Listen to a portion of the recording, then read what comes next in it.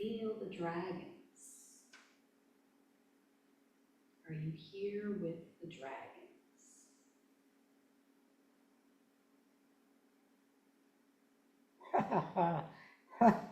Yes, we're here. Welcome, dragons. Welcome, dragons. Talk to us. Yes, yes. We know you have questions. Yes, yes. Yes, please ask. Please ask. Okay. Can you tell us about Agartha? We're interested in inner earth, all of the details that you can share. Yes. Yes, many beings, many beings are in inner earth. Many beautiful people. We also reside, some dragons within inner earth. What does it look like? Beautiful crystals and water and so much energy, so much beautiful energy. So how many dragons are here? Oh, my dear, there are many, way too many. They cannot fit in this room. They cannot fit in this house, this beautiful house, this house on the hill. We feel this energy, this beautiful energy of this house. It is a portal, you know, a portal. Yes. Can you tell us, is inner earth all of earth, or is it just a portion of earth? There are many myths on this place called Agartha. Many myths, but it is where you want it to be. It is a galactic realm as well, and there are portals out into the galaxies from this inner place, this beautiful crystalline cave. Is it multi-dimensional? Oh yes, many dimensions, many. Oh, so is that why it's not so readily obvious to people? Yes, there are beautiful colors, the colors of the rainbow, the colors not seen by the human eye. There are many colors. Will humans be able to perceive this at any time soon?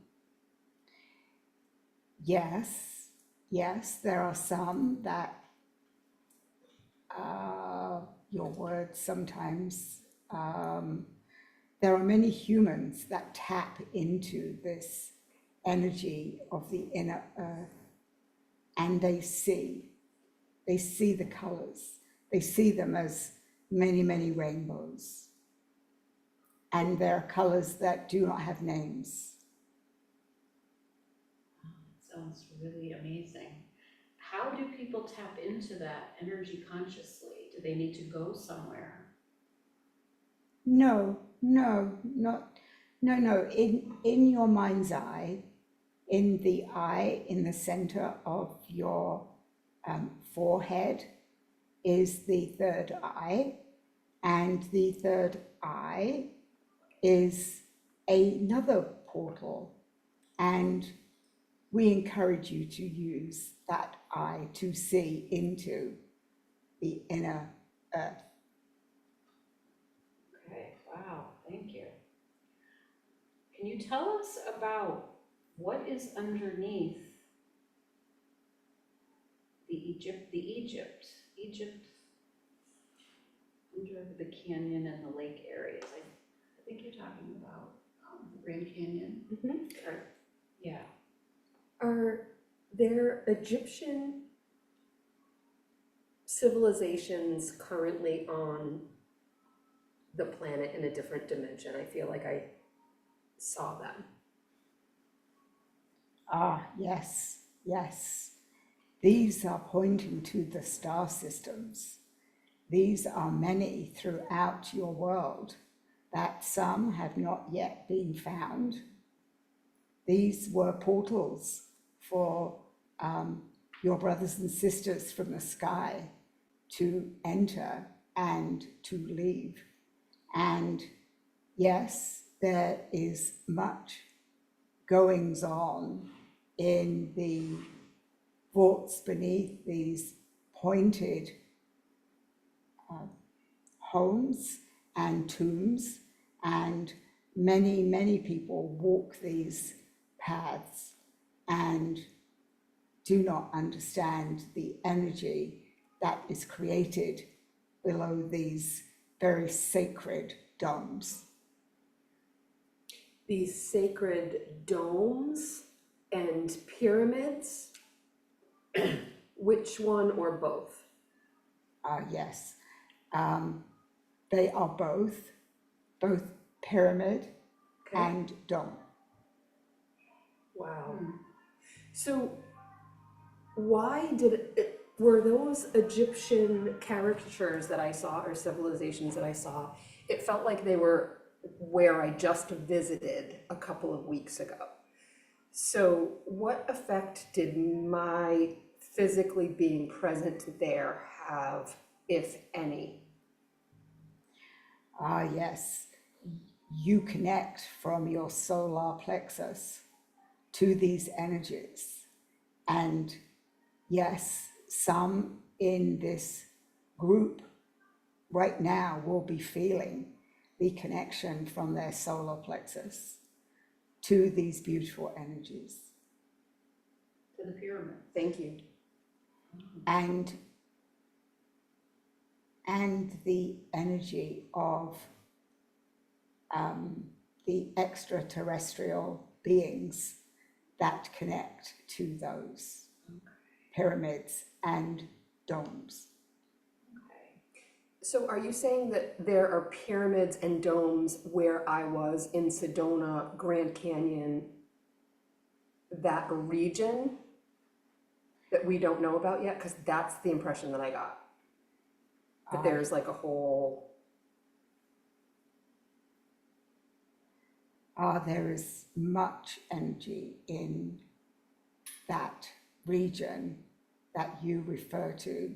Mhm. There is much to be discovered.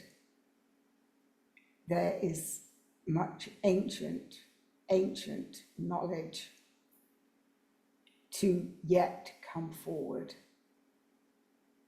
Many people visit these areas on your planet, and they take with them part of that energy and move it to other parts of your earth. Is that balancing it out? Balancing the energy and spreading the awareness? What is that doing? What's the effect? It is a remembering of past lifetimes, times of being earth people and times of being sky people.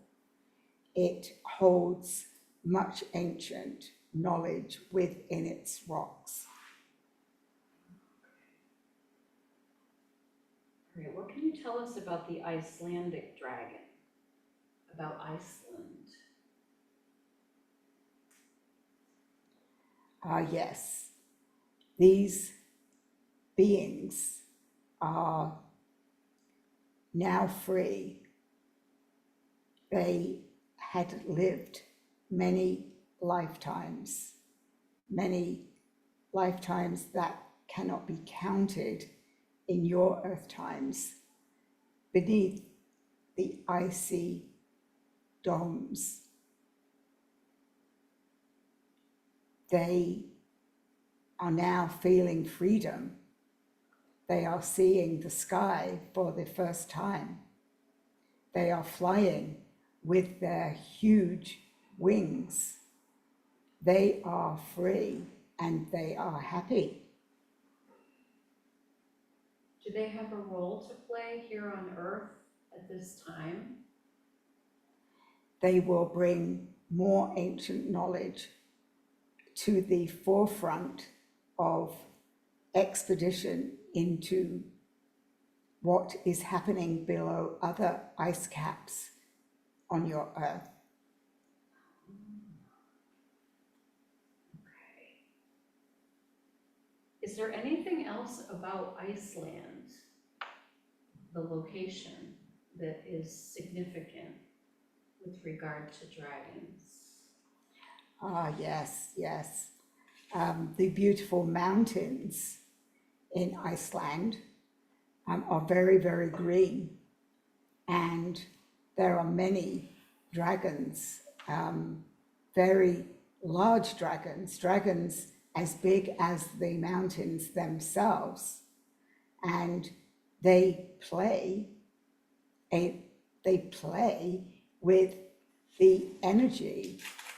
They have much fun with the colors that appear in the sky, that you people on Earth often flock to this part of your Earth to view these beautiful colors.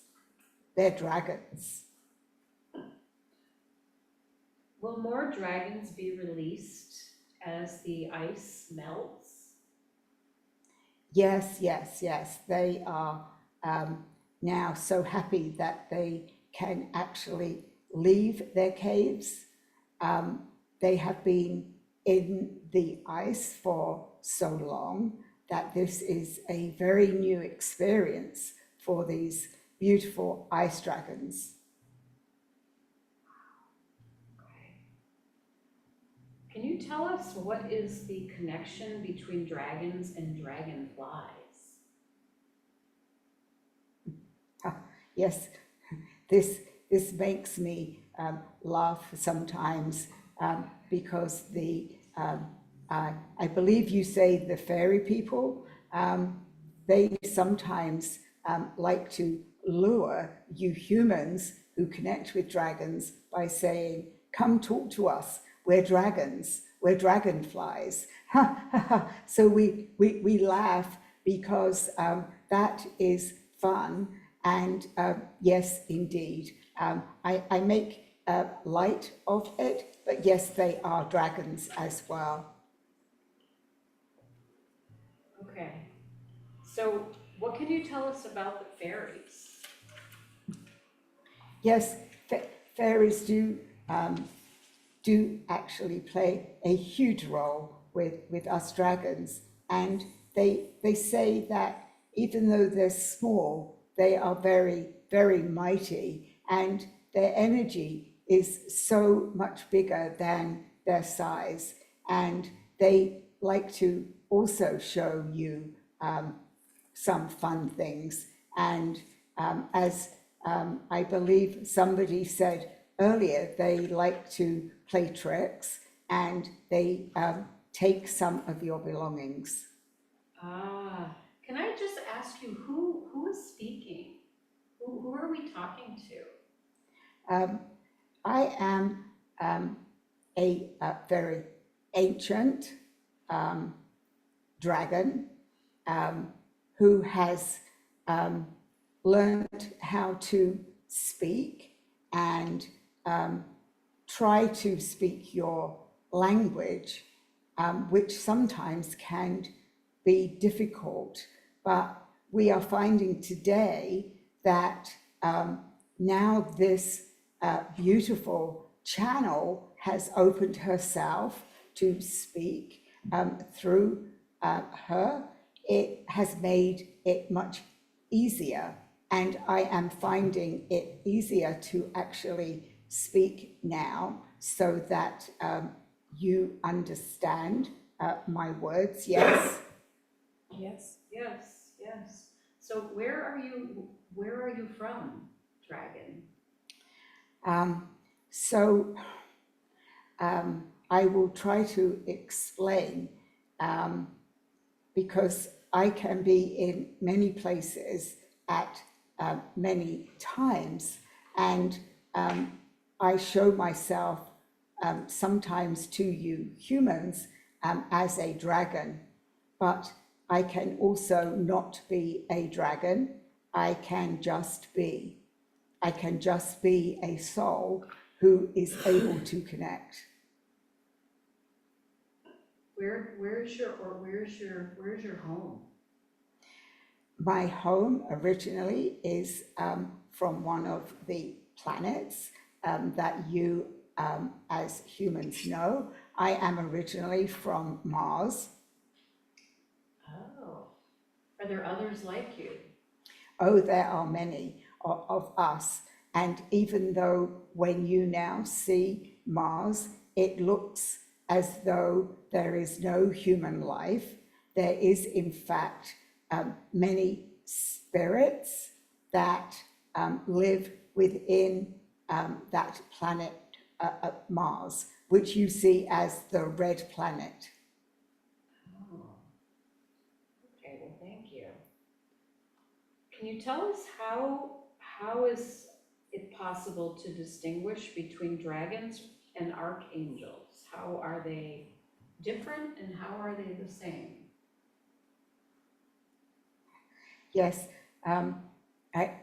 it is sometimes hard for you to know that you have tapped into an energy because, in fact, we are all just energy, and dragons and angels and archangels and even the extraterrestrials are all just energy, and we therefore vibrate at that frequency that is now more, so more of you can actually feel our energy and feel us, and that is how we are somewhat different. Our frequencies are slightly vibrationally different.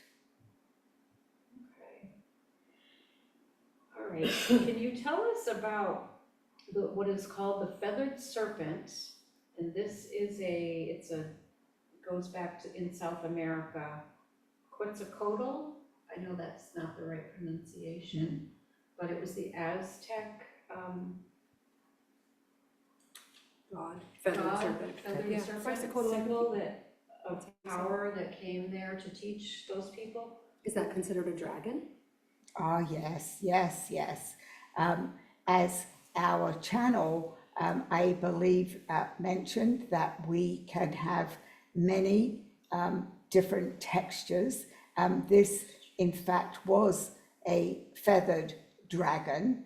And as we just spoke of the Icelandic dragons, they too can have feathers and they can have fur. This dragon serpent was sometimes confused as a reptile rather than dragon, and this was so that people would be afraid but would pay attention. So dragons and reptiles are not the same at all. Are they related? They indeed are related, but are different. Okay. So what is the main difference between them, would you say? It is energy. It is the frequency that different things vibrate at different times, as in the animal kingdom, bigger animals vibrate at different vibrations to smaller animals. All right, thank you. And so before 2023, there were 6 known emperor dragon lines, the lowest frequency ley lines with galactic origins. Are there any more that have formed since then? And how many in total are we going to eventually have here on Earth? Yes, there will be 24, and yes, there are more that have yet to be discovered. And yes, they will be discovered soon. Oh, okay. And are these connected to the original 12 Essene tribes? Yes, indeed. Yes, indeed. There's many conversations that are happening in the galaxies regarding this topic. Oh, okay. So more and more are becoming, remembering that ancient knowledge about the original 12. Yes, There are more, right? There are more than 12. there are more than 12. There are 24, and they will be discovered. Okay. All right. That would be awesome. Can you tell us about dinosaurs? Are dinosaurs actually dragons, or were they something else?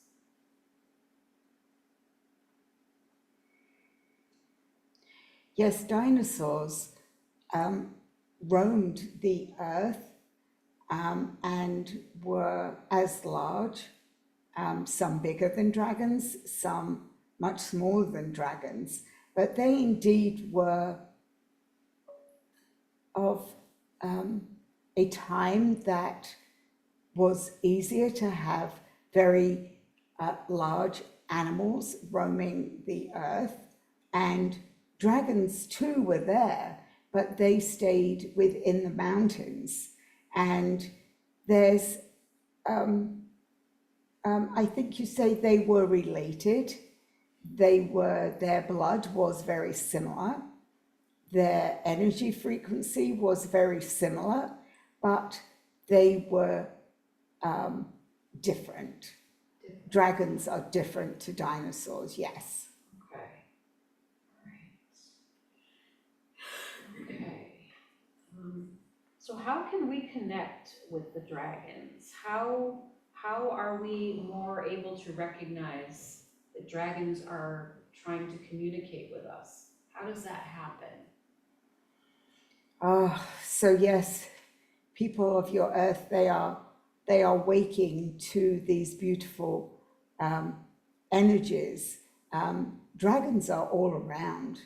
Dragons have always been part of Mother Earth. They are part of her family. They are gentle beings who bring so much love to all of you. And we say to so many of you that it is easy to just connect with us. We are not a difficult frequency. All we say is that you need to be firmly tapped into Mother Gaia. You need to make sure that you are holding on, because sometimes our energy can take you off your feet. But we do enjoy a conversation with you. So it's like we're at your shoulder, and you just, sometimes we actually tap your shoulder, but you don't know who's there. And sometimes you will see us as, you may see our face, you may see our big eyes. That is a sign that we are there, and we can and do connect with you, not always by speaking. We may bring you images, we may help you write our words. We connect with you in so many different ways, and we just want to say that we are not difficult to communicate with. You just have to, once again, tap in through your third eye, and we will connect. Do dragons have their own language? Yes, yes, yes. We yet again, we speak from our higher selves, our higher energies, and we also know that you people on Earth can actually do that yourselves through your higher selves. that you can tap into other higher selves. So it is just that you are evolving, and you will very soon be able to tap into your higher selves and then tap into our higher selves. Our communication will become much easier. Okay. Is there an order of operations in order to connect easier with dragons? Is there like a process other than just putting the intention and tapping in through your third eye? Is there any language that's special that we need to speak? Is there anything that helps, any essential oils or scents or anything else that makes it more conducive to bring the dragons? Yes. So as the stories go about dragons, we do like shiny things. Yes, anything that is shiny will actually get our attention very, very quickly. Yes, any beautiful smells. We do not like it sometimes when there are other, the word entity, maybe not the right word, but we are pure channels, and we actually like a clear channel with whoever wishes to speak with us. But that is not for you to worry about. We just ask that any shiny rock will get our attention. Yes, we like shiny things. All right, so it kind of sounds like you're suggesting that if people might want to work on clearing themselves of any influences, that would be a good idea to in order to help make a more clear vessel to be able to communicate. Is that what you're saying? Yes. Okay. Thank you. Sometimes it is just images that we want to project to you. But yes, my dear, that is exactly. It is just that it is easier if the channel is clear, and by tapping into the earth, it allows you to also project any unwanted energies into Mother Gaia, who will transmute those energies. Okay, very good to know, thank you. Can you tell us about Atlantis from the dragon's perspective? Because we're all fascinated about Atlantis. We know most of us were there, but we don't have access to those conscious memories. So can you describe what Atlantis was like? Yes. So sometimes with the Atlantis energy, it makes some of us sad to see the destruction of such a beautiful way of life. Life was very free and very beautiful.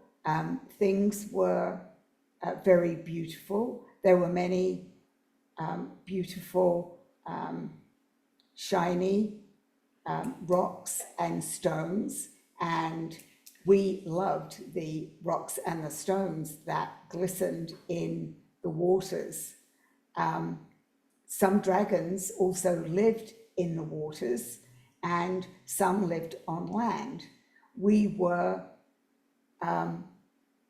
held very high knowledge and very high information, and we were used as an oracle. The humans would come to us with many, many questions and asked for guidance. Oh, okay, so that's true then. Yes, we were almost, I think the word is worshipped, but we were just ordinary dragons, but we held vast knowledge.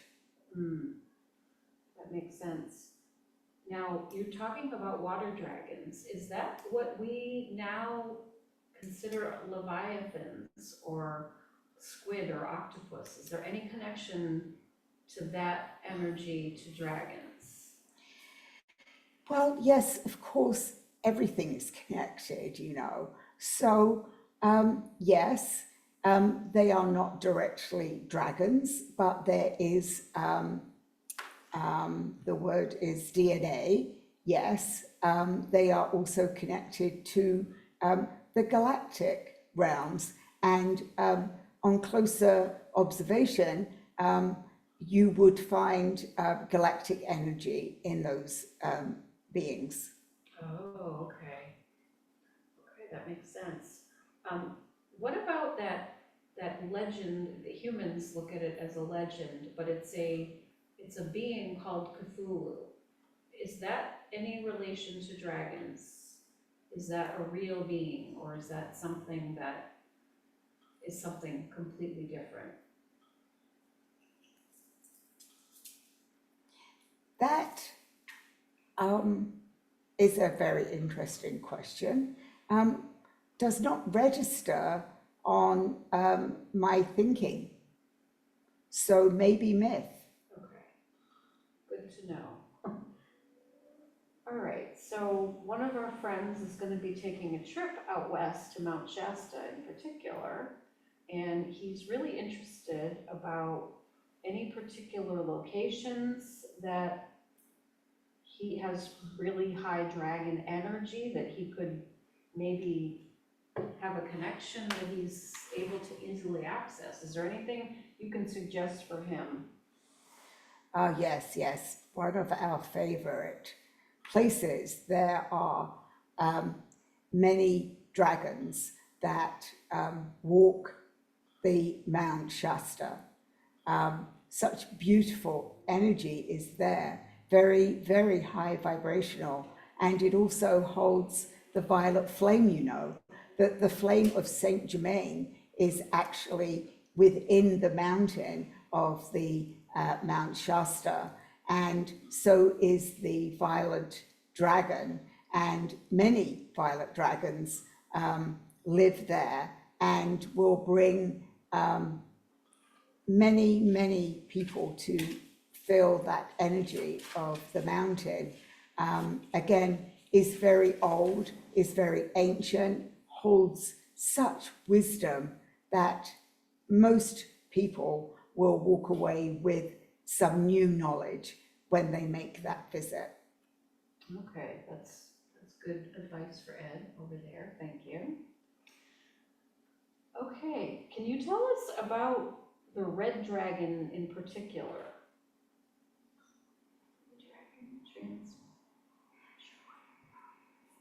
Yes, the red dragon is very prevalent for some people here.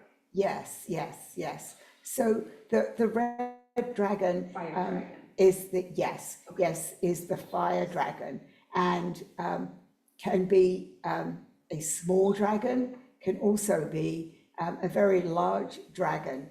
And we say that red will attract lots of people to that energy. And as earth people, you sometimes need help with the energy that you release. And as that energy is released, the fire dragons come in and burn that away. Ah, So okay. transmutation. Transmutation. Ah, yes, yes, Okay. transmutation. But our fire does not burn. It is just an energy that you see. How is the red dragon and that flame different than the transmutation of, say, a violet flame? Vibration, vibration, vibration is in everything, and vibration is in every one of the colors. So just different vibrations. So why would one get red? What does that person need that a red dragon would show up for that person versus a purple one for someone else? Like what type of vibration? Can you describe that, or is that too complicated for us? No, no, no. A violet dragon or a purple dragon is usually a healing dragon, And at this time, there are many purple dragons in your room. They come with their healing powers. The red dragons can work more closely with you, and as you are actually shedding and evolving, the energy from these red dragons will, as you say, transmute, will burn away that energy so that other people cannot pick it up. So that other people may not pick it up. Does it like transform so that it releases density and go to a higher state of consciousness? Is that purpose?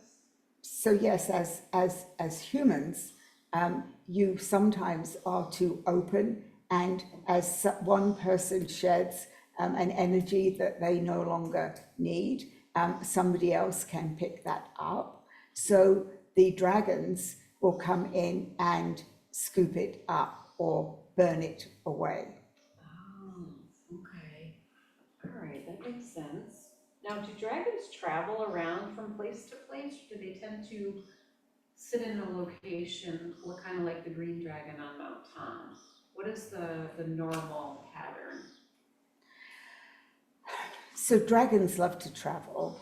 Dragons do find their favorite spaces or where they were born. Some of you may know that dragons come from eggs, and it can take some time for a dragon to actually be born. But as dragons, we do travel with not only just on your Earth, but we travel within your star system, within your galaxies, and we often use portals, we use wormholes, and we do not take that much time. We can also time jump. Wow. I'd love to know about Barb being gifted a placeholder, I believe was the term that she got last night. She got an egg. Mm-hmm. Is she allowed to know what that is about? Or can we understand it? Or no? Yes. So sometimes we like to give you words and then we do not follow up with that. Yes, we sometimes do that. And yes, probably our mistake. But as we do sometimes like you to do the work as well. So as a placeholder, it was, the meaning for her was that she was to hold that place for the dragon egg that will be gifted to her. Okay. Right. Is there a difference as far as connecting to dragons? Do you need to be on location as opposed to just more rely on your inner connection? Does that really matter? Or does it help? What would you say about that?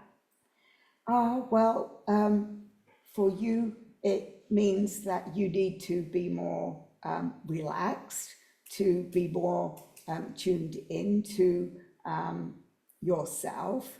And once you have connected with us one time, it is much easier then to connect with us again.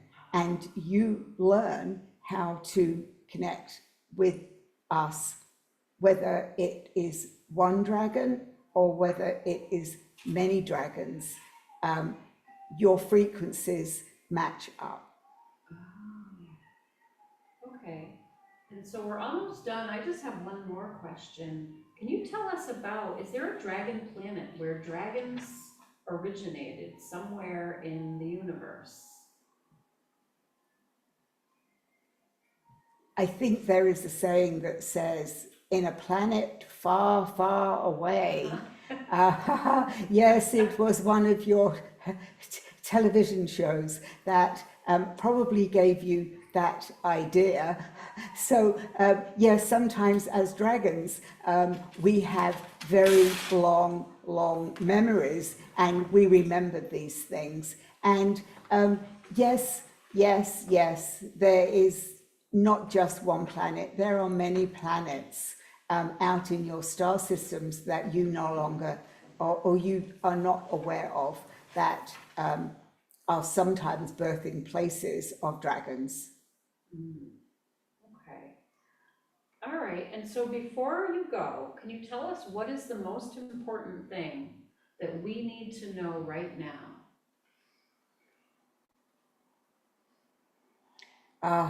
Such an open question. What do you need to know now?